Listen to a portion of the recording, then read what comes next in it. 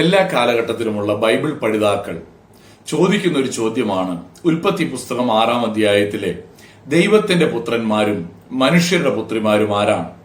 കാരണം അവിടെ ദൈവത്തിന്റെ പുത്രന്മാർ മനുഷ്യരുടെ പുത്രിമാരെ സൗന്ദര്യമുള്ളവരെന്ന് കണ്ടിട്ട് തങ്ങൾക്ക് ബോധിച്ച ഏവരെയും ഭാര്യമാരായി എടുത്തു എന്ന് നമ്മൾ വായിക്കുന്നു. അങ്ങനെയാണെങ്കിൽ ഇവിടെ പറയുന്ന ഈ ദൈവത്തിന്റെ പുത്രന്മാർ ആരാണ്? മനുഷ്യരുടെ പുത്രിമാർ ആരാണ്? രണ്ട് പ്രധാനപ്പെട്ട വ്യാഖ്യാനങ്ങളാണ് നമുക്ക് അവിടെ കാണുവാൻ കഴിയുന്നത്. ഒന്നാമത്തേത് ദൂതന്മാരെ കുറിച്ചാണ് ദൈവത്തിന്റെ പുത്രന്മാർ എന്ന് വിളിച്ചിരിക്കുന്നത് എന്നാണ്. അതിന് കാരണം ഇയ്യോബിന്റെ പുസ്തകത്തിൽ ദൈവത്തിന്റെ പുത്രന്മാരെ ദൂതന്മാരാണ് എന്ന് നമുക്ക് മനസ്സിലാക്കുവാൻ കഴിയും. ദൂതന്മാരെ ദൈവത്തിന്റെ പുത്രന്മാർ എന്ന് വിളിച്ചിരിക്കുകയാണ്. അതിന്റെ അർത്ഥം ഇവിടെ പറയുന്ന ദൈവത്തിന്റെ പുത്രന്മാർ ദൂതന്മാരാണ് എന്ന് ഒരു വിഭാഗം വ്യാഖ്യാനിക്കുന്നു. എന്നാൽ ഈ വ്യാഖ്യാനത്തിന്റെ ഒരു പ്രശ്നം, ബൈബിൾ തന്നെ നമ്മളോട് പറയുന്നത് ദൂതന്മാർക്ക് ഒരു സെക്ഷുവാലിറ്റി ഇല്ല എന്നുള്ളതാണ്. യേശു ക്രിസ്തു സദൂക്യരോട് സംസാരിക്കുമ്പോൾ അവർ പുനരുദ്ധാനം സംബന്ധിച്ച ഒരു ചോദ്യം ചോദിച്ചു. ഒരു പുരുഷൻ ഒരു സ്ത്രീയെ വിവാഹം കഴിച്ചു, മക്കളില്ലാതെ മരിച്ചുപോയി. ഇസ്രായേൽ പാരമ്പര്യമനുസരിച്ച് ദേവരധർമ്മം അനുഷ്ഠിച്ച് അവന്റെ സഹോദരന്മാർ അതേ സ്ത്രീയെ വിവാഹം കഴിച്ചു. എന്നാൽ അവരെ 7 പേർ വിവാഹം കഴിച്ചു, 7 പേരും മക്കളില്ലാതെ മരിച്ചുപോയി. അങ്ങനെയാണെങ്കിൽ പുനരുദ്ധാനത്തിൽ ഈ 7 പേരിൽ ആരായിരിക്കും ഈ സ്ത്രീയുടെ ഭർത്താവ്?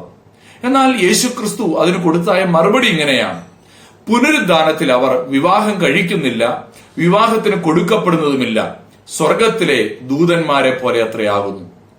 അപ്പോൾ ദൂതന്മാരാണെന്നുള്ള വ്യാഖ്യാനം ഇവിടെ പാളിപ്പോവുകയാണ്. കാരണം ദൂതന്മാർ വിവാഹം കഴിക്കുകയോ വിവാഹത്തിന് കൊടുക്കപ്പെടുകയോ ചെയ്യുന്നില്ല. അവർക്ക് സെക്ഷുവാലിറ്റി ഇല്ലാത്തതുകൊണ്ട് അവർ വിവാഹം കഴിക്കുകയില്ല. രണ്ടാമത്തെ വ്യാഖ്യാനം എന്ന് പറയുന്നത് മനുഷ്യർ തന്നെയാണ് ദൈവത്തിന്റെ പുത്രന്മാർ എന്നും മനുഷ്യരുടെ പുത്രിമാർ എന്നും വിശേഷിപ്പിക്കപ്പെട്ടിരിക്കുന്നത് എന്നുള്ളതാണ്. അതിന്റെ കാരണം പുരുഷന്മാരെ ദൈവത്തിന്റെ പുത്രന്മാരെന്നും സ്ത്രീകളെ മനുഷ്യരുടെ പുത്രിമാരെന്നും വേണമെങ്കിൽ നമുക്ക് വിശേഷിപ്പിക്കാം. കാരണം ദൈവം തന്റെ കൈവിരലുകളാൽ സൃഷ്ടിച്ചത് ആദമിനെയാണ്. ആദമിനെ തന്റെ കൈവിരലുകളാൽ സൃഷ്ടിച്ചു. എന്നാൽ ഹവ്വയെ ഒരു പുരുഷനിൽ നിന്നാണ് എടുത്തത്, അഥവാ മനുഷ്യനിൽ നിന്ന് എടുത്തതാണ് സ്ത്രീയെ. നരനിൽ നിന്ന് എടുത്തിരിക്കിയാൽ അവൾക്ക് നാരി എന്ന് പേരാകും എന്ന് നമ്മൾ ബൈബിളിൽ വായിക്കുന്നുണ്ട്. അപ്പോൾ ഇതിൽ നിന്ന് എന്താണ് നമുക്ക് മനസ്സിലാക്കാൻ കഴിയുന്നത്?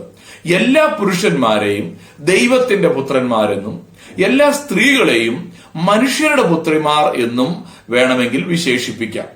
അപ്പോൾ അതിന് വേറൊരു ചോദ്യം കൂടെ ഉയർന്നു വരും. അങ്ങനെ ഒരു പുരുഷനും ഒരു സ്ത്രീയും തമ്മിൽ വിവാഹം കഴിച്ചതിന് എന്തിനാണ് നോഹയുടെ കാലഘട്ടത്തിൽ ഒരു ജലപ്രളയത്തിന് അത് കാരണമായി തീർന്നത്? വളരെ ന്യായമായ ഒരു ചോദ്യമാണ്. അതിന്റെ ഉത്തരവും ബൈബിൾ തന്നെ നമ്മളെ പഠിപ്പിക്കുന്നു. മത്തായി എഴുതിയ സുവിശേഷം 24-ാം അധ്യായത്തിൽ യേശുക്രിസ്തുവിന്റെ രണ്ടാമത്തെ വരവിനെ കുറിച്ച് പഠിപ്പിച്ചുകൊണ്ടിരിക്കുമ്പോൾ 37-ാം വാക്യത്തിൽ യേശുക്രിസ്തു ഇങ്ങനെ പറഞ്ഞു: നോഹയുടെ കാലം പോലെ തന്നെ മനുഷ്യപുത്രന്റെ വരവുമാകും.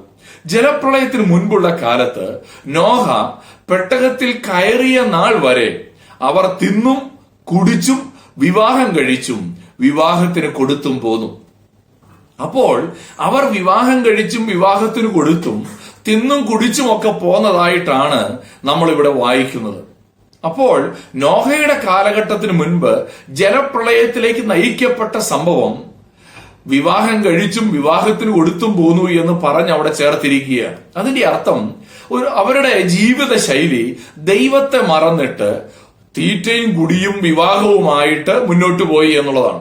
അതുകൊണ്ടാണ് ദൈവം അവരെ ജലപ്രളയത്തിലൂടെ നശിപ്പിച്ചത്. അഥവാ അവർ ദൈവത്തെ മറന്നിട്ട് ഉള്ളതായ ഒരു ജീവിതത്തിലേക്ക് പോയപ്പോൾ ദൈവം അവരെ നാശത്തിലേക്ക് നയിക്കാനായിട്ടിടയായി തീർന്നു. അങ്ങനെയാണെങ്കിൽ ദൈവത്തിന്റെ പുത്രന്മാരെന്ന് പറയുന്നത് ഭൂമിയിലുള്ള പുരുഷന്മാരും മനുഷ്യരുടെ പുത്രിമാരെന്നുള്ളത് ഭൂമിയിലുള്ള സ്ത്രീകളുമായിരുന്നു. വേണമെങ്കിൽ അതിനെ വേറൊരു രീതിയിലും കൂടെ വ്യാഖ്യാനിക്കാം. അവിടെ ദൈവത്തിന്റെ പുത്രന്മാരെന്ന് പറഞ്ഞത് ശേത്തിന്റെ വംശപാരമ്പര്യത്തിൽപ്പെട്ടവരും മനുഷ്യരുടെ പുത്രിമാരെന്നുള്ളത് കയീന്റെ വംശപാരമ്പര്യത്തിൽപ്പെട്ടവരുമാണെന്നും വേണമെങ്കിൽ വ്യാഖ്യാനിക്കാം. കാരണം ദൈവത്തിന്റെ പുത്രന്മാർ എന്ന് പറയുമ്പോൾ ശേത്തിന്റെ കാലഘട്ടത്തിലാണ് ദൈവത്തെ സ്നേഹിക്കുന്ന ഒരു തലമുറ വേർതിരിഞ്ഞു വരുന്നത്. നമുക്കറിയാം, ആദമിന്റെ മക്കളായ കയീൻ, ഹാബേൽ, ശേത്ത്, ഇവരുടെ 3 പേരുടെയും പേരുകൾ ബൈബിളിൽ പറഞ്ഞിട്ടുണ്ട്. ഹാബേൽ കൊല്ലപ്പെട്ടു. പിന്നീട് കയീനുണ്ട്. കയീനാണെങ്കിൽ ദൈവത്തിൽ നിന്ന് ദൂരെ പോകേണ്ടി വന്നതായ ഒരു മനുഷ്യനാണ്. മറ്റൊന്ന് ശേത്താണ്. ഉൽപ്പത്തി പുസ്തകം 5-ാം അധ്യായത്തിൽ ശേത്തിന്റെ വംശപാരമ്പര്യം നമ്മൾ വായിക്കുന്നുണ്ട്. അവർ ദൈവത്തിന്റെ മക്കൾ എന്ന് വേണമെങ്കിൽ വിശേഷിപ്പിക്കപ്പെടാം.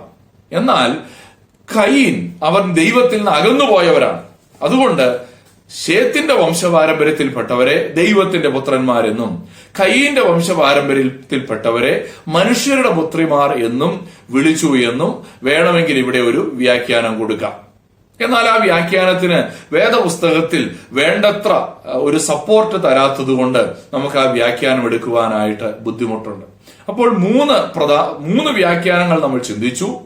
ഒന്ന്, ദൂതന്മാരാണെന്നുള്ളത്. എന്നാൽ എന്തുകൊണ്ട് അത് ശരിയല്ല? കാരണം ദൂതന്മാർക്ക് സെക്ഷുവാലിറ്റി ഇല്ല. 2, അത് മനുഷ്യര് തന്നെയാണ്. അവർ ദൈവത്തെ മറന്നു ജീവിച്ചത് കൊണ്ട് ദൈവം അവരെ ജലപ്രളയത്തിലേക്ക് നയിച്ചു. ദൈവത്തിന്റെ പുത്രന്മാരെന്ന് പറയുമ്പോൾ ദൈവം ആദമിനെ തന്റെ കൈവിരലുകളാൽ സൃഷ്ടിച്ചു, ഹവ്വയെ പുരുഷനിൽ നിന്ന് എടുത്തു, വാരിയലിൽ നിന്ന് സൃഷ്ടിച്ചു. അതുകൊണ്ട് ദൈവം നേരിട്ട് സൃഷ്ടിച്ച പുരുഷന്മാർ ദൈവത്തിന്റെ പുത്രന്മാരും, പുരുഷനിൽ നിന്ന് എടുത്തത് കൊണ്ട് സ്ത്രീയെ മനുഷ്യരുടെ പുത്രി എന്നും വിശേഷിപ്പിച്ചിരിക്കുന്നു. ആ വ്യാഖ്യാനമാണ് കുറച്ചുകൂടെ ശരി എന്ന് ഞാൻ വ്യാഖ്യാനിക്കുന്നു. നിങ്ങളുടെ അഭിപ്രായങ്ങൾ കമന്റായി താഴെ രേഖപ്പെടുത്തുക. ദൈവം നിങ്ങളെ അനുഗ്രഹിക്കട്ടെ.